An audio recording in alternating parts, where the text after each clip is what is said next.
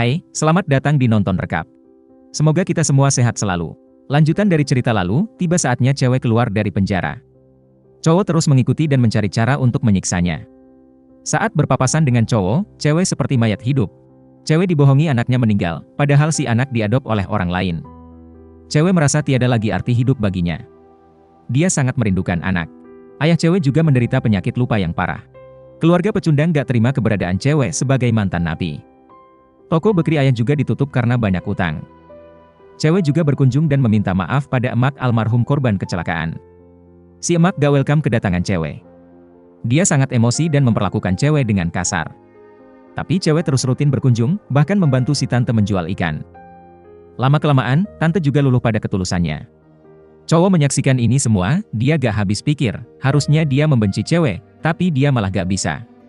Ketika ayah cewek semakin parah sakitnya. Hingga butuh uang untuk operasi, cewek kehabisan akal, dia ingat dulu cowok pernah menitipkan cincin berlian, cewek gadaikan cincin itu. Namanya juga cincin limited edition, cincin pun kelacak saat digadai, emak tiri cowok melaporkan cewek ke polisi. Si cowok membela cewek saat dituduh. Cewek berjanji akan menyicil utangnya. Cewek mencari kerja kemana-mana, tanpa disadari dapat kerja sebagai pelayan resto cowok. Cowok terus memperhatikan gerak-geriknya. Si pecundang mulai ngincar tunangan cowok yang kaya. Dia mulai merasa gak selera sama cewek akibat luka bakarnya. Suatu hari, ayah cewek lari dari rumah sakit. Si pecundang berjanji akan mencari sang ayah. Namun, ketika dia menemukannya, saat itu juga kumat penyakit sang ayah, dia ngelantur dan keceplos. Bahwa ingat di hari kecelakaan, si pecundang yang bawa mobil, bukan anaknya, artinya yang tabrak orang pada malam itu adalah si pecundang, anaknya hanya jadi kambing hitam. Mendengar itu, timbul niat jahat si pecundang. Dia membuang ayah ke tempat jauh. Sehingga ayah gak bisa pulang dan meninggal. Cewek sangat galau, cowok gak sampai hati, dia pun mengantar cewek ke tempat sang ayah ditemukan.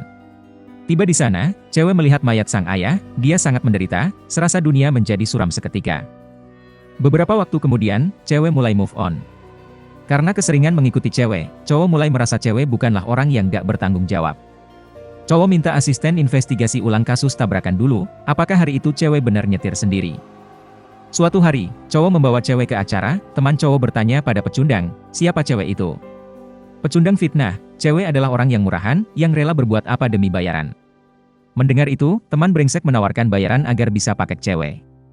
Cewek menolaknya, si brengsek main paksa, ketika melihat luka bakar cewek, dia langsung merasa jijik dan mengejek cewek. Pecundang hanya menyaksikan, gak mau nolong. Cowok merasa simpati sama cewek. Dia pun memukul teman brengsek. Saat itu juga, cowok mengetahui dari asisten, bahwa pada hari kecelakaan, cewek gak sendiri, dia ke kafe bersama si pecundang. Cowok tahu ada kemungkinan cewek berbohong untuk coverkan pecundang. Cowok gak habis pikir, dia mulai merasa dirinya salah menvonis cewek. Cowok kesal pada dirinya. Dia terus bertanya pada cewek, dia ingin tahu kebenaran langsung dari cewek. Tapi demi masa depan pecundang, cewek bersumpah bahwa dia sendiri adalah penabrak, dia bahkan tunjuk pada cowok dia berani bertaruh atas nyawanya sendiri. Cowok depresi, hatinya sangat sakit melihat cewek mengorbankan dirinya demi pecundang. Suatu malam, cewek menemukan struk di jaket almarhum ayah. Cewek mampir ke supermarket, rupanya malam itu, ada saksi melihat pecundang bersama ayahnya. Cewek mulai curiga. Dia mengumpulkan bukti CCTV, ternyata si pecundanglah yang menculik ayah dan meninggalkannya di tempat yang jauh, sehingga ayah gak bisa ditemukan orang, dan meninggal karena kumat sakit. Cewek shock, dia gak percaya atas semua ini. Ternyata dia salah mencintai orang. Demi pecundang, dia kehilangan anak, ayah, bahkan seluruh hidupnya hancur. Dia sangat menyesal telah coverkan si pecundang yang bejat. Cewek bertekad akan menghancurkan hidup pecundang. Di satu sisi, cowok terus mencari kebenaran atas kecelakaan waktu itu. Dalam proses itu juga, cowok dan cewek saling jatuh cinta. Mereka pun berhasil mengumpulkan semua bukti kejahatan pecundang. Dia pun akhirnya mendapat hukuman yang setimpal atas semua perbuatannya. Happy ending. Sepandai-pandainya menyimpan bangkai, suatu saat baunya akan tercium juga. Perbuatan jahat tidak selamanya dapat disembunyikan, akhirnya akan diketahui juga pada suatu saat. Jika kamu suka dengan nonton rekap, please subscribe dan tekan lonceng notifikasi. Dukungan kamu sangat berarti buat kita. Terima kasih.